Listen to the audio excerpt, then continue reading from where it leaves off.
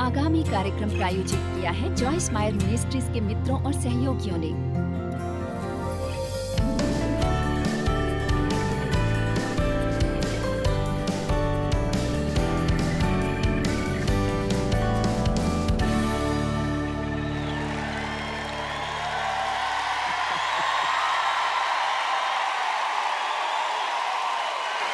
हमें तैयार हो जाना चाहिए छतों पर से चिल्लाने के लिए कि मैं यीशु मसीह में विश्वास करती हूँ, वो मेरे प्रभु और उद्धार करता है और मैं पीछे नहीं हटूंगी।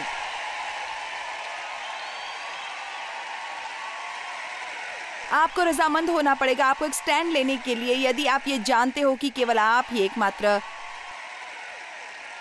व्यक्ति हो जो स्टैंड ले सकते हैं और ये सोचना छोड़ दें कि हर कोई क्या सोचेगा। पिछली बार कब आपके स्वास्थ्य पर एक अच्छा संदेश सुना होगा आपने। मैंने इसके बारे में सोचा और सोचा, ईमानदारी से कहूं तो अभी तक मुझ में ये करने की हिम्मत भी नहीं थी। क्या होगा यदि मैं शुक्रवार की रात एक ऐसे बड़े कॉन्फ्रेंस में जाऊं और कहूं आज मैं इस पर बात करने वाली हूं कि कैसे आप परमेश्वर के साथ धर्मी नहीं ठहराए गए तो नरक जाएंगे।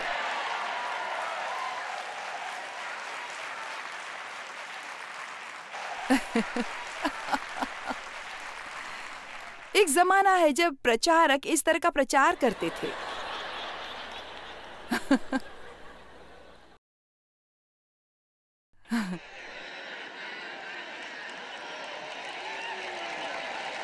हमें परमेश्वर से अपनी बातचीत के बारे में गंभीर होने की जरूरत है और ये देखना छोड़ दें कि आसपास के लोग क्या कर रहे हैं और मैं स्वयं अपने जीवन के लिए फैसला करूंगी, क्योंकि आप परमेश्वर के साथ खड़े होने वाले हैं और आप ही अपने जीवन का लेखा जोखा देने वाले हैं।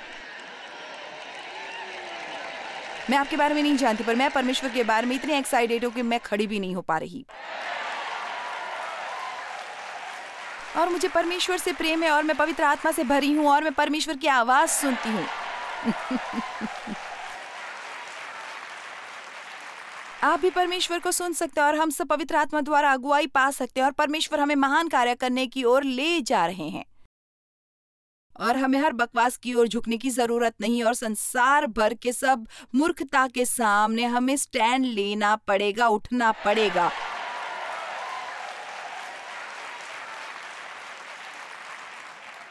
और फिर मैंने एक जोड़ा इन 6 में मेरे ख्याल से विलियम बुथ इसका बुरा मानेंगे। और एक जिसे मैं जोड़ चुकी हूँ मेरे ख्याल से वो है, सबसे डरने की बात आजकल यह है कि हमारे पास बहुत ज्यादा जानकारी है बिना प्रकाश के।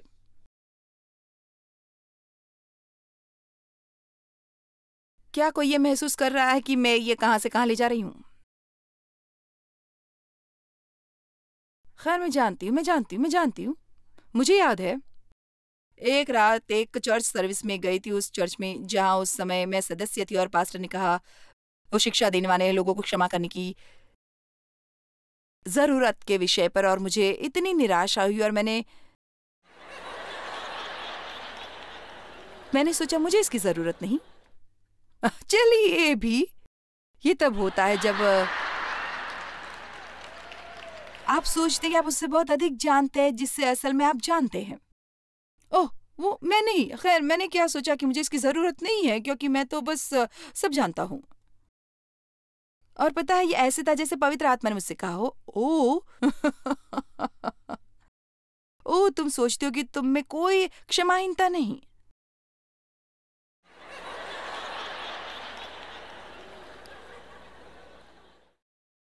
खैर बस रुको, इसलिए उस रात सर्विस के दौरान परमेश्वर ने खासकर मुझे 2 व्यक्ति दिखाए जिनके प्रति मुझे क्षमाहीनता थी। उनमें से एक मेरी बेटी की सहेली थी जिसने मेरी बेटी से बुरा व्यवहार किया था और मुझे यह पसंद नहीं आया था। मेरी बेटी उसके विरुद्ध नहीं खड़ी हो सकी और मुझे चिढ़ हो गई। अब ध्यान रहे, मैंने कभी उसके लिए प्रार्थना नहीं की, पर मुझे वो पसंद नहीं। और दूसरा व्यक्ति जो परमेश्वर ने मुझे दिखाया जिसको मैं पसंद नहीं करती थी, वो था मेरा पुत्र। मैं अपने ही बेटे के प्रति एक क्षमाहीन थी और आप जानते हैं क्योंकि वो इतना आत्मिक नहीं था जितना मैं चाहती थी कि वो हो, और मैं अपने चर्च में एक अगुवे के रूप में थी और वो मुझे शर्मिंदा करता था। वो कहीं ज्यादा चर्च के पीछे बैठता और बेशक मैं पहली पंक्ति में होती क्योंकि मैं अगुवा थी।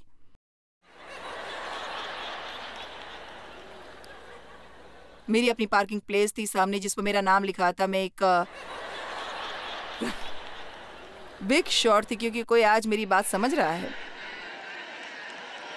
पर मेरा बेटा करीब 18 साल का था। वो पिछली कतार में बैठता और अपनी सीट में इस तरह झुक जाता। उसके चेहरे पर एक ऐसा भाव था जैसे ये कब खत्म होगा, और परमेश्वर ने मुझे दिखाया। उन्होंने कहा कि उसके प्रति तुम में क्षमाहीनता है क्योंकि वो इतना आत्मिक नहीं जितना तुम चाहती हो कि वो बने।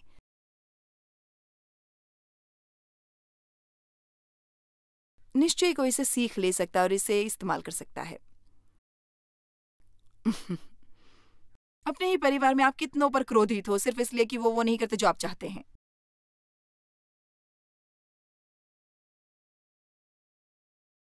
मैं आज उन लोगों से बात करूंगी क्योंकि तुम लोग बड़े बोरिंग से हो गए हो। कितने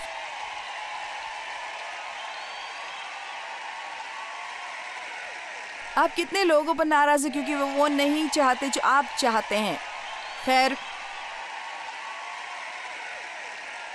मुझे किसने ये काम सौंपा है कि मैं तय करूं कि हर एक को कैसे क्या होना चाहिए, और मुझे कैसे सोचना होगा कि हर एक को ऐसा होना चाहिए जैसे मैं हूं। यह उन्हें परमेश्वर से उसी तरह संबंधित होना होगा जैसे मैं हूं।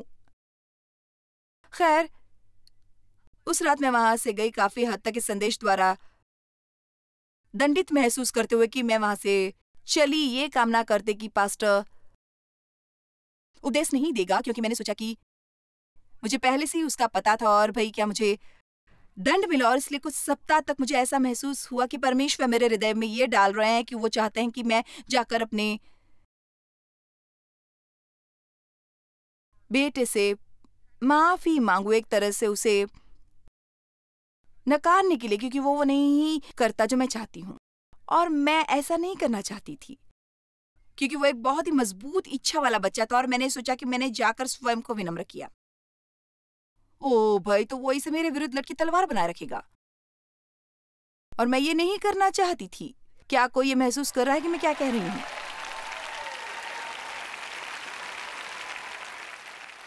पर मुझे उस क्रूज को लागू करना पड़ा जिसके बारे में आज बात कर रही हूँ, और जाकर वो करूं जो परमेश्वर मुझसे करने को कह रहे हैं, चाहे मुझे इसके बारे में कैसा भी महसूस हो रहा हो। इसलिए इससे कुछ सप्ताह लगे, 2 या 3 सप्ताह। और मुझे याद है मैं एक रात उसके कमरे में गई। मुझे याद नहीं कि डेव मेरे साथ थे या नहीं। क्या तुम मेरे साथ थे? हाँ, हम अंदर गए और हमारा बेटा डेविड, जो आज हमारी वर्ल्ड मिशन चलाता है, इसलिए उफ, मेरे ख्याल से परमेश्वर की एक योजना थी। हालात बस मेरी रफ्तार से नहीं बढ़ रहे थे जैसा मैं चाहती थी कि वे आगे बढ़े। परमेश्वर और थोड़ा ज्यादा समय ले रहे थे डेविड को बदलने के लिए जितना मैं चाहती थी उससे। इसलिए मैं उसके कमरे में गई और वहां मैंने कहा, पता है डेविड, परमेश्वर ने मुझे दिखाया कि कुछ इसी तरह से ही परमेश्वर ने मुझे दिखाया कि मैं तुम्हारे प्रति क्षमाहीन हूं, इसलिए सिर्फ कि तुम इतने आत्मिक नहीं। और मैंने कहा, मैं बस तुमसे ये कहना चाहती हूँ सॉरी, और आज के बाद मैं तुम्हें वैसे ही स्वीकारूंगी जैसे तुम हो। वो रोने लगा, बड़े बड़े आंसू बहाकर। उसने कहा, तुम्हें बिल्कुल भी आइडिया नहीं मुझे ये सुनने की कितनी जबरदस्त जरूरत थी। और अब सुनो उसे जो कहना था उसने कहा, मुझे बहुत अच्छा लगेगा कि वही विश्वास पाना जो आप में और डैड में। पर उसने कहा, पर ये नहीं होगा, मेरे पास नहीं है ऐसी शक्ति। काश मैं भी परमेश्वर के बारे में वैसा महसूस करता जैसे आप करते, पर मैं वैसा नहीं करता। क्या आपको पता है, लोगों को आप पसंद आए ना आए, परमेश्वर का टाइमिंग बिल्कुल सही है।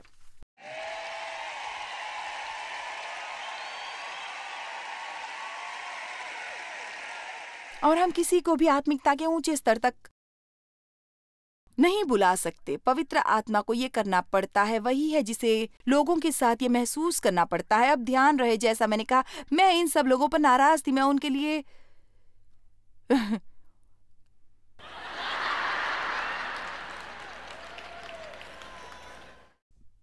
प्रार्थना नहीं कर रहे थे। अगले 6 महीने तक ये काफी परीक्षा का समय था, क्योंकि हमारा बेटा कुछ ऐसी बातें करता जो हमें पसंद नहीं आती। और भाई मेरे लिए अपना मुंह बंद रखना बहुत कठिन था, पर मैंने ऐसा किया और एक दिन वो आया का वो चर्च में न्यू ईयर ईव की सर्विस पर था और परमेश्वर ने उसे छुआ। उसने कहा मैं फ्लोरिडा जाऊंगा और बाइबल कॉलेज जाऊंगा। वो फ्लोरिडा में एक मिशन कॉलेज में गया। वो कोस्टा रिया एक मिशनरी के रूप में गया, एक लड़की से शादी की जो स्वयं एक मिशनरी की कोस्टा रिका में है। वहाँ उसके कुछ देर रहने के बाद हमने उससे वापस आने के लिए कहा और हमारे लिए ये काम करने को कहा और वो हमारे लिए काम करता रहा है, मुझे नहीं पता 25 साल या ऐसा ही कुछ। और परमेश्वर की मदद से वो सब कुछ काफी प्रभावशाली तरीके से कर रहा है पूरी दुनिया में। उसके लिए एक बहुत अच्छा अवसर था और ये संदेश था जो मैं नहीं सुनना चाहती थी, क्योंकि मुझे नहीं लगता था कि मुझे इससे कोई समस्या है। हमें कितने उपदेश सुनने पड़ते हैं इससे पहले कि हम वो काम करें। मसीह की देह में कितने क्रोधित लोग हैं कि कितने लोग जिन्होंने उद्धार पाया है वो किसी पर क्रोधित हैं और उन्होंने क्षमा के बारे में संदेश सुने हैं। खैर देखिए, वो जानते हैं कि उन्हें क्षमा करना चाहिए, पर वे नहीं जानते। चलो, क्या आप मेरी बात समझ रहे हैं? वे जानते हैं और हम यहाँ ऊपर भी ये जानते हैं पर करते नहीं।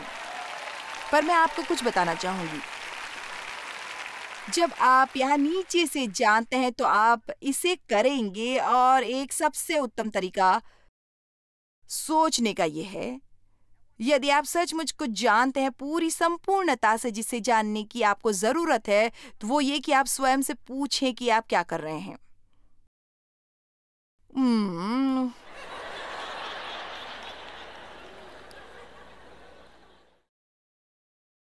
उदाहरण के लिए, आप में से कितने ये जानते हैं कि परमेश्वर का वचन हमें साफ साफ संकेत देता है कि शिकायत ना करें, बुड़बुड़ाए नहीं और कुड़कुड़ाए नहीं, पर हर बात और हर परिस्थिति में धन्यवादी रहें।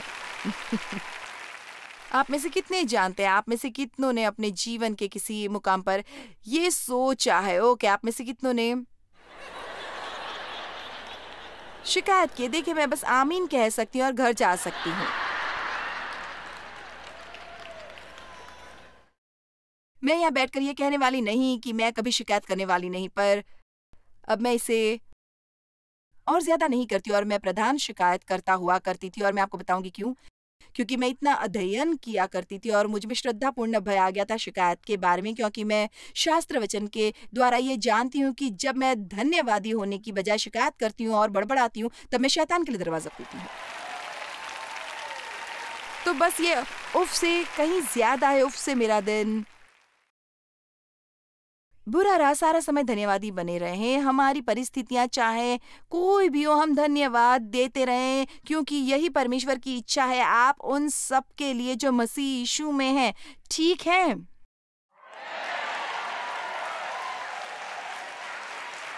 हम जानते हैं कि बाइबल में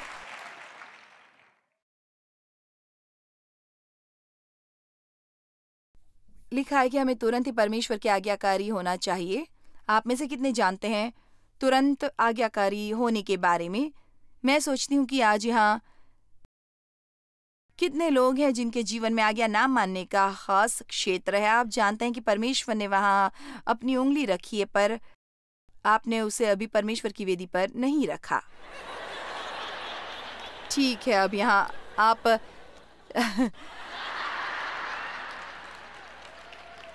अब जानते हैं इस संदेश के लिए मुझे किसने प्रेरित किया? मैं एक सुबह बैठी थी और परमेश्वर के साथ समय बिता रही थी। जो शुक्र है, बहुत से भटकन के बाद, परमेश्वर से बहुत सी कुश्तियां कर लेने के बाद, क्योंकि अब मैं उसे पहला रखती हूँ किसी और बात से, क्योंकि मैं बस ये नहीं कर सकती। मैं जीवन नहीं जी सकती यदि परमेश्वर से शुरू ना करूँ। मेरा मतलब है बस ये नहीं कर सकती। यदि आप सोचते हैं कि ऐसा कर सकते हैं तो थोड़ा मुश्किल है। इसलिए मैं बस आपको ये बताना चाहूंगी, जितना जल्दी आप परमेश्वर के साथ समय बिताना शुरू करेंगे, उनसे बात करते हुए, उनका धन्यवाद करते हुए, उनकी प्रतीक्षा करते हुए, थोड़ी देर ये देखते हुए कि उन्हें आपसे कुछ कहना है, इसमें इतना उलझे नहीं, मुझे नहीं पता क्या करूं, कैसे समय बिताऊं, मेरे ख्याल से और कुछ नहीं, बस बैठे और कहे मैं यहाँ हूं परमेश्वर, मैं आज यहाँ हूँ, जो भी।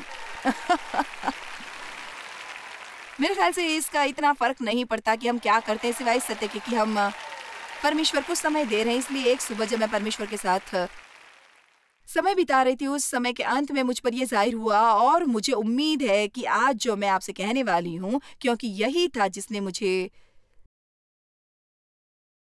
प्रेरित किया। मैं बस वहां बैठी सोच रही थी और मैंने सोचा कि जब मैंने खत्म किया, मैंने सोचा मुझे पता नहीं कि मैंने आज परमेश्वर की उपस्थिति महसूस की या नहीं। अब मैं ये चाहती हूँ कि आप ये समझ लें, मुझे पता नहीं कि मुझे परमेश्वर की उपस्थिति महसूस हुई या नहीं। मुझे पता नहीं कि वहां उस कमरे में कोई सबूत था कि वहां परमेश्वर है। मुझे ज्ञान का वचन प्राप्त नहीं, मुझे भविष्यवाणी नहीं हुई, मुझे कोई स्वर्गदूत नहीं दिखा। साफ कहूं तो ये किस्म की बोरिंग सुबह थी। एक तरह से पता है, जैसे ओके मैं यहाँ हूं, ये हर सुबह करो, मैं ये तब तक करती रहूंगी जब तक मुझे घर नहीं मिलता। अब ये सुनिए, इससे मुझे कोई फर्क नहीं पड़ा। ये एक दिन था जब मुझे इसका फर्क पड़ता था। खैर मुझे परमेश्वर महसूस नहीं हुआ, मुझे महसूस नहीं हुआ, मैंने प्रार्थना की। बाकी सबने आज चर्च सर्विस में अभिषेक प्राप्त किया, मुझे कुछ महसूस नहीं हुआ। कितना अरसा हो चुका है जब मुझे सीधे परमेश्वर से कोई स्पष्ट वचन प्राप्त हुए। बहुत अरसा हो गया है। आप कहेंगे खैर तो फिर तुम क्या कर रही हो? मैं तो अंतिम बात कर रही हूं जो उन्होंने मुझसे कही है।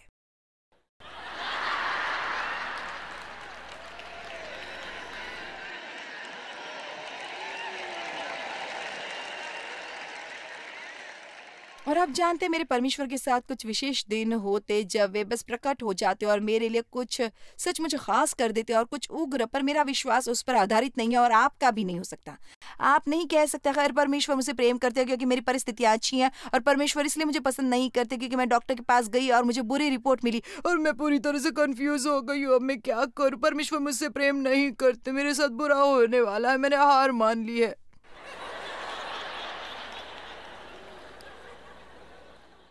पता नहीं मुझे परमेश्वर महसूस हुए या नहीं।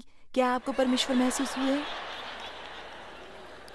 मैं जानती हूँ मेरा छुड़ाने वाला जीवित है। मैं जानती हूँ वो सारा समय मेरे साथ है, और ये कि वो मुझे कभी छोड़ेंगे या त्यागेंगे नहीं। मैं आपसे ये पूछ रही हूँ, क्या आप जानते हैं? मुझे ये नहीं जानना कि आपको क्या महसूस होता है। मैं ये नहीं जानना चाहती कि आप क्या चाहते हैं आज के लिए। बस मैं इसकी परवाह नहीं करती आपको क्या चाहिए। मैं जानना चाहती हूँ कि आपको यहाँ सचमुच अंदर गहराई में क्या महसूस होता है, एक प्रकाश के रूप में। मुझे उम्मीद है कि आप कह सकेंगे, मैं जानती हूँ कि परमेश्वर मेरे साथ है मेरे जीवन के हर क्षण, और ये कि वो मुझे कभी नहीं छोड़ेंगे, कभी नहीं त्यागेंगे। मैं जानती हूँ कि मैं जहाँ कहीं भी जा रही हूँ परमेश्वर पहले ही जा चुके हैं, उन्होंने पहले से ही मेरे लिए रास्ता बनाया। मैं जानती हूँ उनके स्वर्गदूत मेरे साथ है। मैं जानती हूँ कि परमेश्वर मुझसे प्रेम करते हैं, उनका अभिषेक और बुलावा मेरे साथ है। मुझ में वरदान और हुनर है कि मैं परमेश्वर की धार्मिकता हूँ मसीह में, कि मेरे पाप क्षमा हो चुके हैं।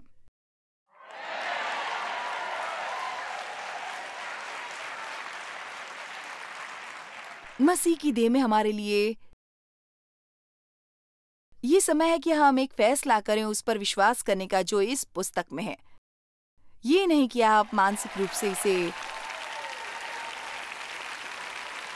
स्वीकार करें। मेरा मतलब है हमें अपने जीवन की बुनियाद इस पर डालनी होगी और कहना होगा, मैं उस पुस्तक के अनुसार जीऊंगी, मैं परमेश्वर के वचन के अनुसार जीऊंगी। और मैं आपको बता दूं कि जब आप ऐसा करते हैं, oh my gosh, oh my gosh, पता है वो बड़ा OMG जो हम अपने टेक्स्ट मैसेजेस पर डालते हैं, oh my gosh, oh my gosh, ये अद्भुत होगा जो परमेश्वर इस धरती पर करने वाले हैं। हमें अपनी भावनाओं और जज्बातों से प्रेरित होकर चलना बंद करना होगा। अब भावना को बस थोड़ा आदर देने के लिए जो उनका हक है, मैं बस कहना चाहूंगी भावनाएं बुरी नहीं, पर वो पवित्र भी नहीं, वे शुद्ध नहीं हुए, उन्हें सचमुच परखना होगा और सूचीबद्ध होना होगा। उनके रूप अनुसार भावनाएं कभी कभी सहायक होती हैं और किसी और समय वो ठेस भी पहुंचाती हैं। वे अक्सर बदलती रहती है और बिना किसी कारण के ही वो सकारात्मक और नकारात्मक रूप में आती है। वे आपको तब छोड़ देती है जब आपको उनकी खास जरूरत हो और भड़क उठती है जब आप काम ना करते हैं कि वो चली जाए। उन्हें ना चाहना उन्हें चलता नहीं करता और उन्हें चाहना उन्हें लाता नहीं। हमें बंद करना होगा अपनी भावनाओं द्वारा निर्देशित होना कि हमें क्या चाहिए और उससे गहराई में जाकर जो हम जानते हैं कि हमें क्या करना चाहिए। क्या आप जानते हैं कि आपको क्या करना चाहिए? हमें किसी पर हमेशा क्रोधित रहना नहीं मिलता, क्योंकि हमें ऐसा महसूस होता है यदि हम जाने कि हम जाकर शांति स्थापित करनी होगी। अच्छे काम करने से ना कतराएं, सही काम करने से ना थके, क्योंकि सही समय पर आप कटनी काटेंगे यदि आप मुरझाएं ना। और मैं ये जोड़ना चाहूंगी कि आपको सही काम करना होगा कई बार एक लंबे अरसे तक। पर हम परिणाम पाने के लिए जो सही है वो नहीं करते। हम जो सही है वो करते हैं क्योंकि हम परमेश्वर से प्रेम करते हैं। भावना को लगता है कि उसका अपना मन होता है। वो एक क्षण हमें हंसाती है और अगले क्षण रुलाती है। कई बार हम किसी को गले लगाना चाहते हैं और कई बार उन्हें थप्पड़ मारना चाहते हैं।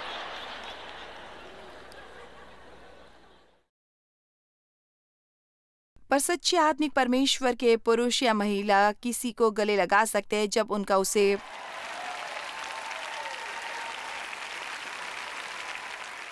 थप्पड़ मारने का दिल चाहे, उन्हें क्षमा कर दें।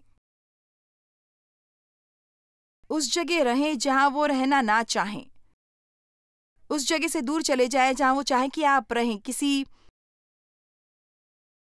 दोस्त से संबंध तोड़ देना जो आपके जीवन में जहर घोल रहा है, हालांकि वो जानते हैं कि ऐसा करने के लिए उनका न्याय होगा।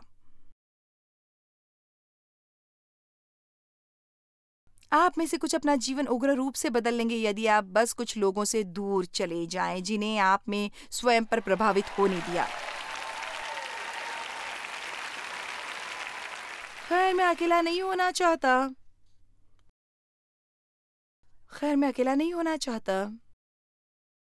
मेरे ख्याल से फिर आप अवसाद में रहना चाहेंगे और दुखी और तनाव में और कलेश में रहना चाहेंगे। पता है क्या, वे लोग वैसे भी आपके बारे में कोई परवाह नहीं करते। मुझे ये कहते हुए खेद हो रहा है, पर शायद यही सत्य है।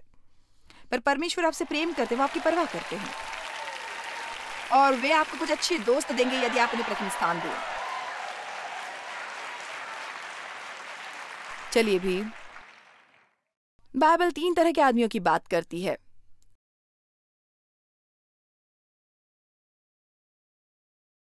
फिर से जीवित ना हुआ व्यक्ति, जो कोई परमेश्वर के बारे में कुछ नहीं जानता हो। आत्मिक व्यक्ति, जो व्यक्ति परमेश्वर के वचन के अनुसार जीता है और अपने विचारों के आगे नहीं झुकता, इच्छा और भावनाओं के आगे। सचमुच आत्मिक मनुष्य। और फिर वो बात करता है शारीरिक मनुष्य के बारे में। पौलुस ने शरीर के बारे में बहुत बात की, शारीरिक मनुष्य के बारे में।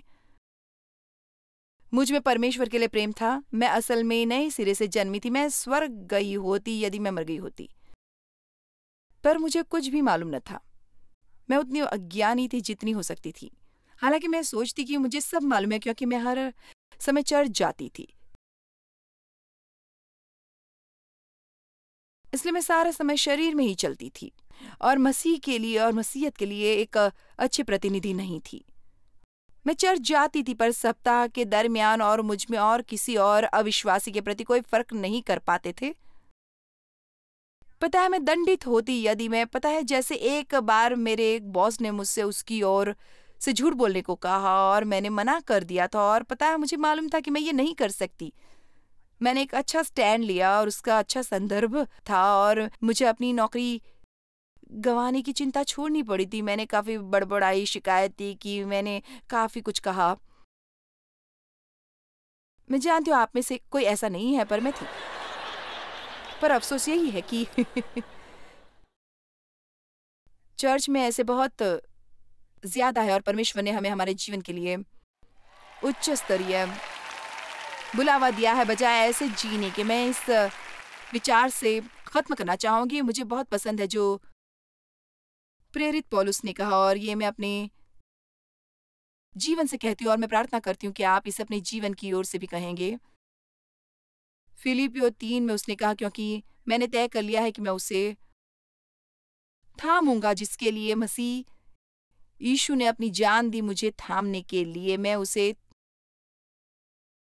थामने का इरादा कर चुका हूँ। मैं थोड़ा इसे एम्प्लीफाइड करना चाहूंगी। मैं इरादा कर चुका हूँ वो जीवन जीने का और वो व्यक्ति होने का जिसके लिए यीशु मरे ताकि मैं वैसा बनूं।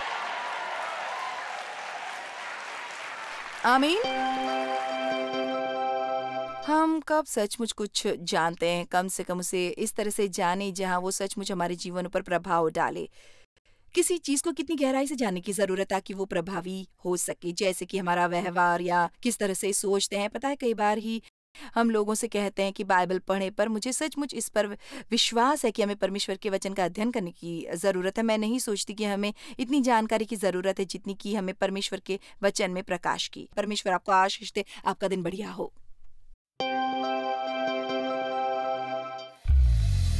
जॉयस मायर मिनिस्ट्रीज में आप हमारे लिए बहुत ही कीमती हैं, जितना कि आप जानते हैं। हम आपकी सराहना करते हैं और इस सेविकाई को दुनिया भर में संभव बनाने के लिए हम अपने दोस्तों और सहभागियों को धन्यवाद देते हैं। हम साथ मिलकर भूखों को खाना खिलाते हैं, गरीबों को कपड़े देते हैं और कई देशों में सुसमाचार बांटते हैं। अपना प्रार्थना निवेदन भेजने के लिए कृपया आज ही संपर्क कीजिए। हमारे स्रोतों के बारे में और भी जानिए।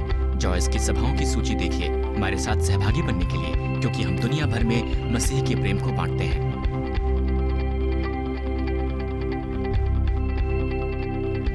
इसका खर्च उठाया है जॉयस मायर मिनिस्ट्रीज के मित्रों और सहयोगियों ने।